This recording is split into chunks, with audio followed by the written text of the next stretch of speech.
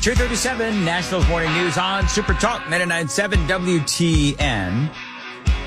Appreciate you listening along with Johnny B, Ken Weaver. I'm Dan Mendes. I want to play you this montage before we get to Matthew Hurtt, our Grassroots political analyst. This was Joe Biden just a few days ago. You got me, man.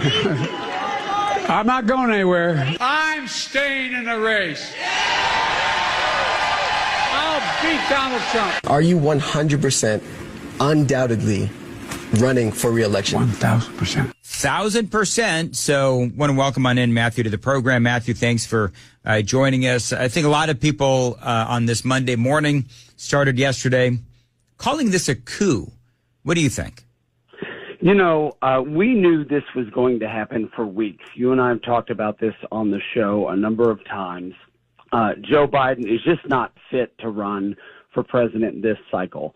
Now, it remains to be seen what is happening on the back end. I heard Congressman Desjardins say essentially that the Democratic Party has invalidated 14.5 million votes, 56 contests, electoral contests.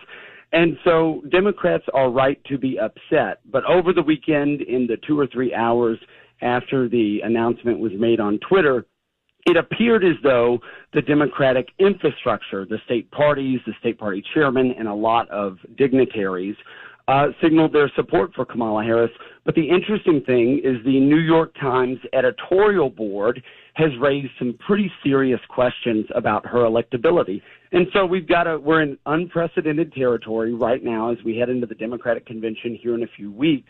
And it remains to be seen what those delegates do on the floor. And I suspect some will register their opposition either by not voting for Kamala Harris or attempting to enter another name into nomination. I believe they need 500 delegates to enter a name into nomination.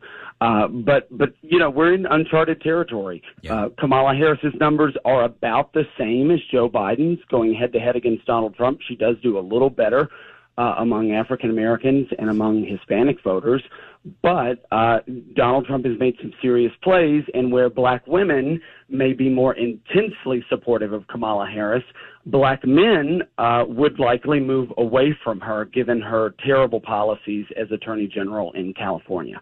Yeah, she and I had mentioned that earlier. She has imprisoned a lot of black men in California. She was the Attorney General and the District Attorney there in San Francisco as well. And so it's her reputation on crime is interesting because on the one hand, she has advocated for soft on crime policies, but additionally, you're right, with California's 3 strikes law and some other things, she has that reputation as well of putting a lot of black men behind bars. And so I don't know, would you call that a mixed record, a contradictory record? How would you describe her from that vantage point? My friends at Reason magazine said when Kamala Harris ran in 2020 that she was a cop who wanted to be president. In the 2020 election cycle, she raised money for BLM rioters and protesters. But before that, not only did her policies as Attorney General land more nonviolent offenders behind bars for a longer time, but she misled the Supreme Court and attempted to keep nonviolent offenders behind bars so that they could engage in free state labor, what we might call slavery or indentured servitude. So her policies actually kept nonviolent offenders behind bars past the date that the Supreme Court said that California needed to release these primarily men, but she did so that the state could have cheap or reduced labor. And that is absolutely unconscionable. And it's something that should cause primarily black men to say, you know, what is actually happening here? And I think that is a serious question that will play out in the community. Well, somebody's got to tell that to Charlemagne the God. He loves Kamala Harris.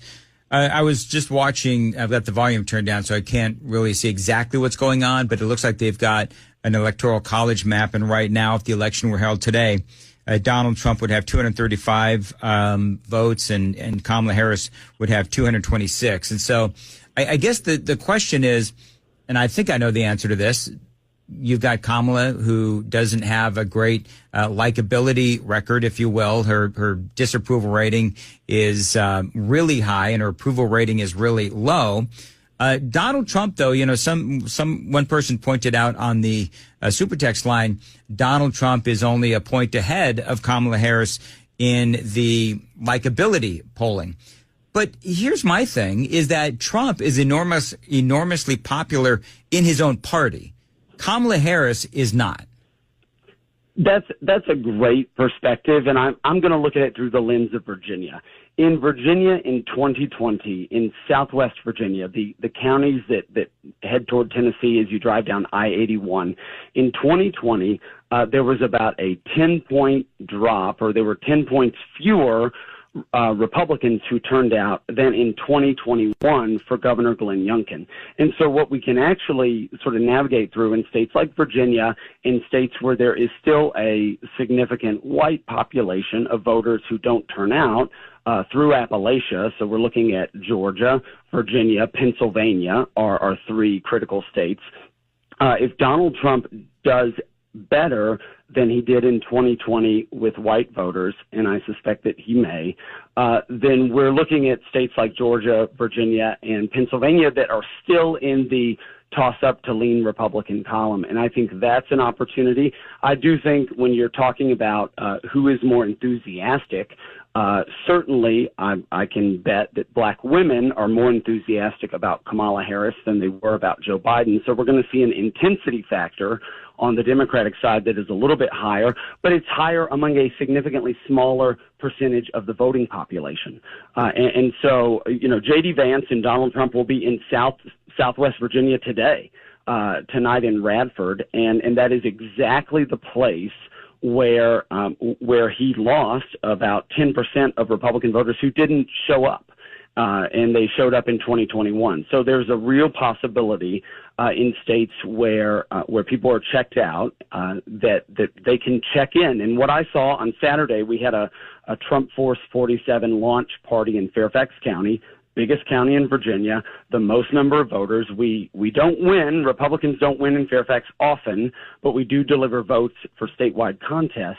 And the Trump Force 47 effort is to connect with voters who haven't voted in that many elections. And so every Trump Force 47 volunteer gets a universe of about 25 voters or so who don't vote in presidential elections. They're registered, and if they were engaged on a personal level, not me going to the door with a palm card, but me saying, hey, I'm Matthew, I live in the neighborhood, I'm in your apartment, I live in the building, what can we talk about that's important to you? Those kind of relational organizing that Barack Obama did in 2008 and 2012 is what is going to drive up this number of voters who have just checked out. All right, so Matthew Hurtt, let me ask you this. As far as I was talking to one guy over the weekend, and his big concern, and I share it, is that you've got this great ground game, right, by the Democrats, and they've just got this great ground game, getting out the voting, all those kinds of things.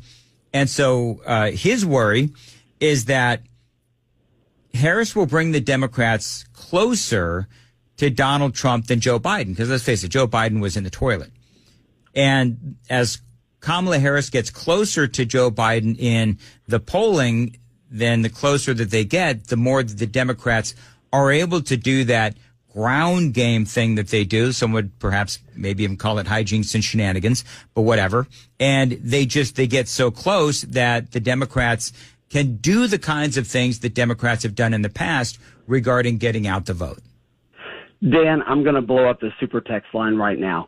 In 2020, Donald Trump was the number one offender of keeping Republicans home before the election because he said, do not vote early, don't vote absentee. He has 100% turned around on that issue. And what is so important, what I cannot communicate most strongly enough, is that if you vote, in Virginia we have 45 days of early voting. Do I want 45 days of early voting? No, but we have it. And so I vote on day one so that what happens is my name then cycles out of the universe of voters who get mail, who get texts, who get ads on their YouTube so that the campaign does not spend money on me anymore. And so it is so important the first day of early voting or the first week to get out there and get your name on what they call the strike list, so that you're off that list, so that you don't receive any of those campaign communications, so the campaign can more wisely spend resources on those voters who are low propensity voters. And I will say the ground game, I was very impressed. In fact, I was the most impressed I have been coming out of the convention on Friday, getting back from Milwaukee, and then immediately going into a launch party where the team really had it together. And the young man who's running the thing up here in Northern Virginia is somebody who has worked on 3 or 4 campaigns in Virginia. He knows the people. He knows the lay of the land. Our state director is very competent, and I'm very excited.